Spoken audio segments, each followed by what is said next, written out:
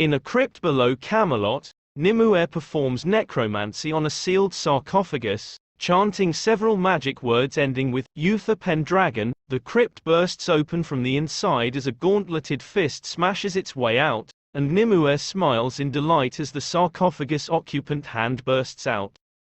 Back at Camelot, Arthur comes of age and is crowned by his father as Prince of Camelot, as everyone watches proudly. Then a black-clad knight on a black horse bursts into the hall through the window. The knight casts his gauntlet onto the ground as a challenge which is taken up by Sir Owain. The knight states the rules: single combat at noon to the death before galloping out.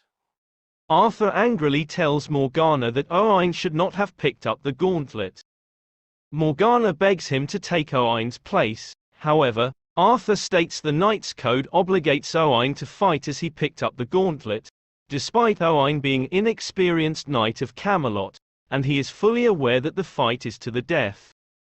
Gaius claims to Merlin he does not know the knight, but he and Geoffrey of Monmouth recognize the crest and realize that the knight is Tristan de Bois. Gaius immediately goes to tell Uther, who already knows. Tristan de Bois had been killed 21 years previously by Uther himself, though Uther does not know how he has come back, since as he is quick to point out, dead men do not return. The next day, Arthur attempts to teach Sir Owain how to fight when Guinevere comes in with a token from Morgana. Sir Owain and the Black Knight then fight. Sir Owain manages to stab the Black Knight in the belly, with no visible damage. The Black Knight then finishes off Sir Owain before issuing another challenge. Uther holds back Arthur, allowing another knight, Sir Pellinore, to take up the challenge. Arthur then confronts Uther about why he held him back. Uther justifies it, saying that they should allow the other knights a chance to prove themselves and that Arthur is not to blame. In private, Merlin confides to Gaius that he saw Owain land a killing blow and that the Black Knight should be dead. Gaius mutters that perhaps he already is.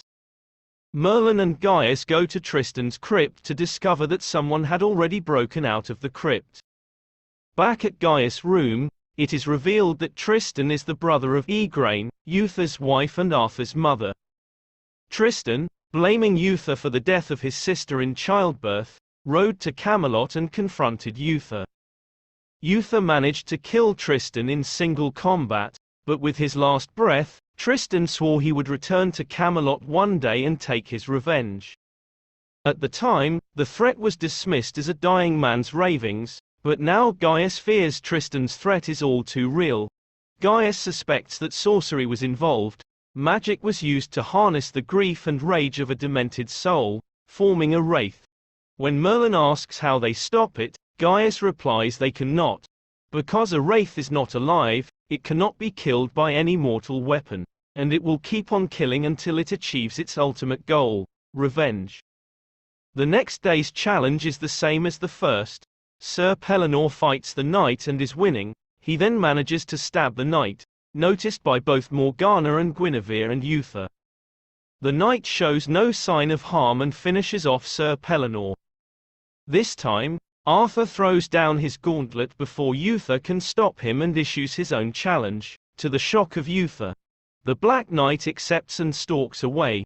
Uther angrily tells Arthur he will revoke the challenge as he is crown prince. Arthur refuses as it is against the rules and that the knight's code must be upheld, and to prove that he is worthy of the throne. Uther says that Arthur will surely die. Arthur comments that Uther has little faith in him. Merlin suggests an idea to use magic in an attempt to destroy the knight after realizing that it is immortal. Gaius goes to the king and tells him that Tristan's tomb is empty and Tristan himself has been conjured from the dead. Gaius tells Uther not to let Arthur fight. Gaius tells Uther that no mortal weapon can kill the dead and that Arthur will die. Uther says that Arthur will not listen to him, prompting Gaius to suggest that Uther tells Arthur who the knight is.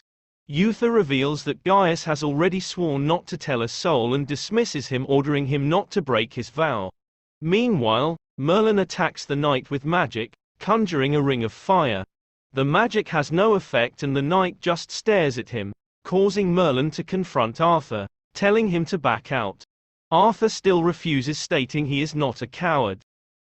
In the dead of night, Uther is confronted by Nimue in the council chambers, who states the wraith is her revenge for Uther banishing her from court and murdering so many of her fellow magic users. Uther accuses her of killing Igraine, but she insists she was Uther's friend and he welcomed her in his kingdom. Uther states she betrayed his trust by allowing Igraine to die. However, Nimue states she had no choice. By using magic to conceive Arthur due to Igraine being barren, Igraine had to die to preserve the balance of the world, as this is the law of magic, and that had Nimue known the depths of Uther's revenge and the terrible retribution he would seek, she would never have helped him. Uther wishes she hadn't. She then leaves, stating that having so many people she loved die at his hands, and now Uther will share the same misery. Merlin, with the help of Geoffrey of Monmouth, look for information on weapons that can slay the undead. After finding a cryptic reference to weapons blessed by a dragon by Sir Marhaus, Merlin gets a sword from Guinevere, who gives him the finest blade her father ever forged, then goes to the great dragon. The dragon agrees to bless the sword, but insists it is only to be used by Arthur, as his power will make it a very deadly weapon, and in the wrong hands, it could be used for terrible evil. Gaius, at Uther's request, drugs Arthur after Uther apologizes to him for his earlier fit of anger in the council chambers and asks him to promise to keep the truth of Arthur's birth secret, to which Gaius agrees, while Uther takes his place in the challenge.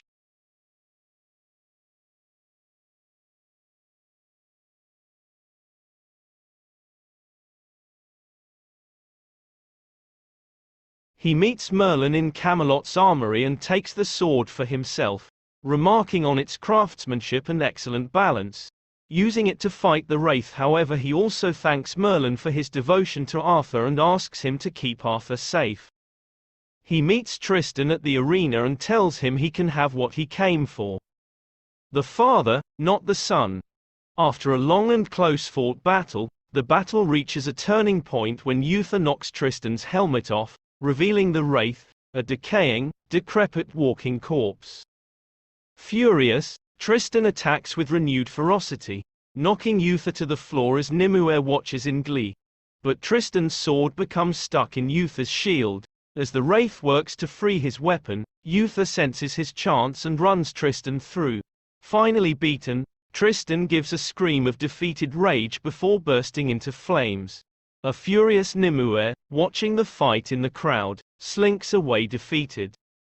Arthur confronts Uther after the fight for having Gaius drug him, but Uther defends himself, saying he could not allow the most precious thing to him to die. Arthur is surprised by this, having believed he was a disappointment to his father, and playfully teases Uther on his weakness in footwork. The great dragon calls Merlin to him and asks about the outcome of the fight. After Merlin tells him the sword worked well, the dragon seems pleased. However, Merlin reveals Uther wielded the sword instead of Arthur, and a furious dragon tells him that in Uther's hands, the sword will only bring evil, and that Merlin broke his promise to the great dragon about Arthur only wielding the sword. As he cannot destroy the sword, the dragon orders Merlin to hide the sword where no one can find it or uses its power, and states that Merlin is not yet ready to be fully trusted by the dragon. Merlin sneaks the sword out of Camelot and casts it into the Lake of Avalon, where it lands on the lake floor.